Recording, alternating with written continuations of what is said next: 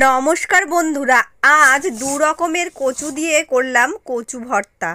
এই রকম ভর্তা পেলে কিন্তু গরম ভাতের সঙ্গে বেশ ভালো লাগে। যারা এই ধরনের রেসিপি ভালোবাসা তারা অবশ্যই একটা লাইক দিও, আর চ্যানেলে নতুন হয়ে থাকলে চ্যানেলটিকে ফলো করে পাশে থেকেও, ইউটিউব থেকে দেখে থাকলে চ্যানেলটিকে সাবস্ক্রাইব করে দিও। এখানে দেখো ওলকচু, গাঠি কচু, একটা আলু নিয়ে নিয়েছি আর দুটো টমেটো। আমি ওটাকে খুব ভালো করে কুকারে সেদ্ধ করে নিয়েছি। এবারে একটা কড়াই খুব ভালো করে গরম করে সর্ষের তেল দিয়ে তাতে বেশ কিছুটা কালো জিরে দিয়ে দিলাম। এবারে গোটা রসুন কয়েক কোয়া দিয়ে দিয়েছি, দিয়ে দেব পেঁয়াজ কুচি আর কয়েকটা কাঁচা লঙ্কা চিড়ে দিয়ে দিয়েছি। এইবার খুব ভালো করে ভেজে নিতে হবে।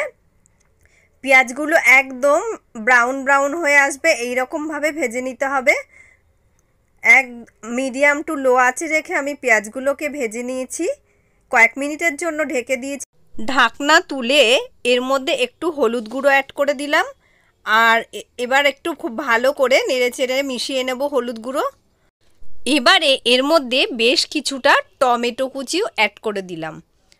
টমেটো কুচি দিয়ে বেশ ভালো করে নেড়েচেড়ে কষিয়ে নেব। এবারে কয়েক মিনিটের জন্য ঢাকনা দিয়ে দিলাম। 5 মিনিট পর ঢাকনা তুলে আবার আঁচ একটু বাড়িয়ে ভালো করে এইভাবে কষিয়ে নেব। আর এবারে এর মধ্যে সর্ষে বাটা অ্যাড করব। এটা কিন্তু অবশ্যই দিও, না হলে কিন্তু খেতে ভালো লাগবে না। এই সর্ষে বাটাটার জন্য কিন্তু এটার স্বাদ আরও বেশি বেড়ে গেছে, আর দারুণ লাগছিল মুখে দিলে। সর্ষে বাটাটা দিয়ে খুব বেশি সময় নেয়, 2 থেকে 3 মিনিট মতো আমি একটু নেড়েচেড়ে নিয়েছি। মিডিয়াম টু হাই আঁচে রেখে 2-3 মিনিট এইভাবে কষিয়ে নিয়েছি। এবারে সেদ্ধ করে রাখা কচু, আলু, টমেটো যেটা রেখেছিলাম সেটা এখানে অ্যাড করে দিলাম।